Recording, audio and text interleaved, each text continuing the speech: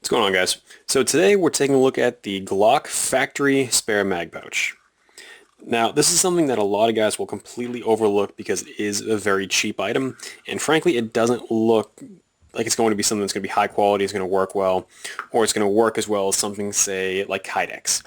Now, this is something I picked up a while ago, and I've been using pretty much every day for well over a year now, and it's no worse for wear. I mean, it's very dirty. You can see all the dust and crap built up in the sides of here.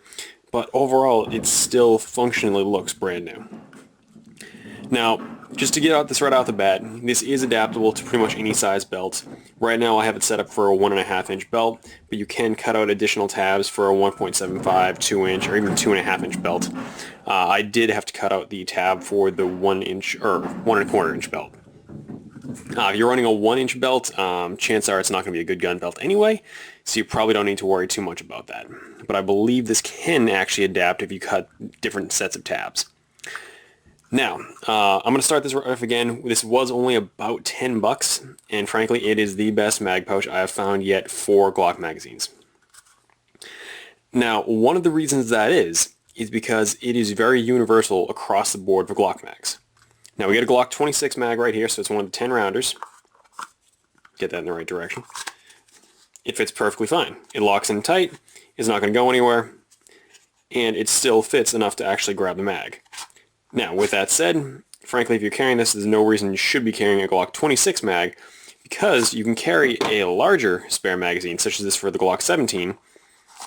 It's going to have a much larger magazine capacity, and it's also going to be able to give you a much better purchase on the magazine as you try to remove it.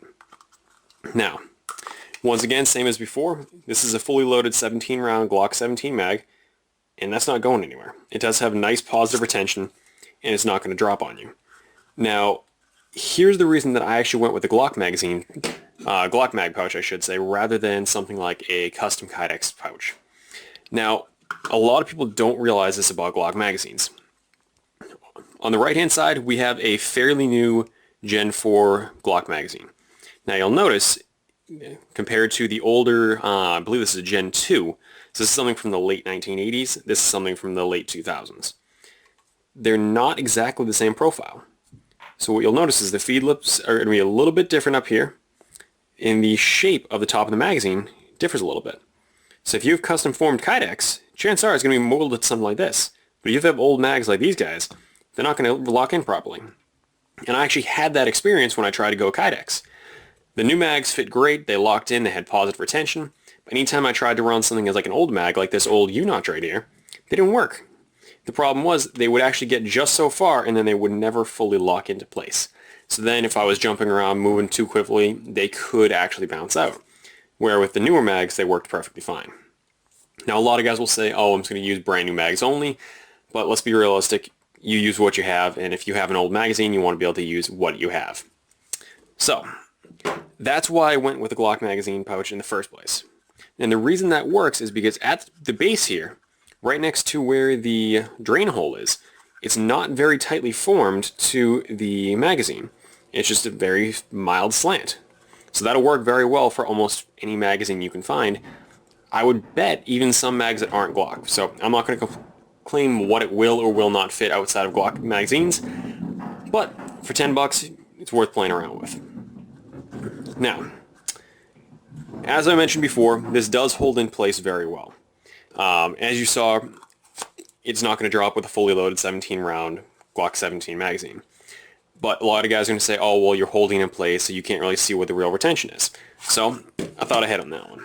For that test, I got a SOE 1.5 Cobra belt right here. And I'm actually going to show you what this would look like while it's on the belt. And there's two reasons for this. Not only you get to see the actual retention while it's in place on the belt, but you can also see that it's going to have a very tight profile to the belt itself and not going to add any bulk there. And that's another problem I found with the Kydex. They usually stick out a decent amount. So right here we have the Glock 26 mag. This is fully loaded with 10 rounds in there. Holding it upside down, it's not going anywhere. But when you want to pull it out, a quick tug comes right out of there. Same thing with the Glock 17 magazine, fully loaded with 17 rounds. In this one I just have ball ammo at the moment, but holding it upside down, give it a nice shake, it's not going anywhere. And once again, it stays nice and tight to the belt. You don't gain any major profile from it other than the width of the mag itself. So at this point, a lot of guys are going to debate, oh, well, I don't want something outside the waistband. I want something inside the waistband. Well, that's perfectly fine. But for me, the downsides of a inside the waistband Kydex magazine pouch did not outweigh the benefits that I'm getting by going to this mag pouch right here. So not only I'm able to use any magazine from Glock that I want to, with the exception of the wider 10mm or 45 ACP mags. Those that you do need to get the one that is sized appropriately for those. But I can carry it outside the waistband. It blends very well with the belt. It's not going to add any real amount of noticing it or noticeability, if that's a word, to the situation. And frankly, if you're dressing around the gun properly, your shirt's going to cover past right here anyway, so you don't really need to worry too much about that. I will say, however, this will not work if you are planning to tuck your shirt in. But again, I've never found a inside the waistband mag pouch that didn't print like crazy when you do try to tuck your shirt in, unless it's so low that the top of the magazine sits below the belt line or right at it. And at that point, your speed of acquisition is just so slow, you'd probably be better off in a pocket holster for the magazine. So that's something to keep in mind as well. But with that said, for $10, I highly recommend this, and it's worth checking out. And if you don't like it, it was $10. You didn't really lose a whole hell of a lot, especially when you compare that to a Kydex mag pouch for about $60. But if you have any questions, make sure to post them in the comment section below. And as always, if you like the video, please like, share, and subscribe. Have a nice day, guys.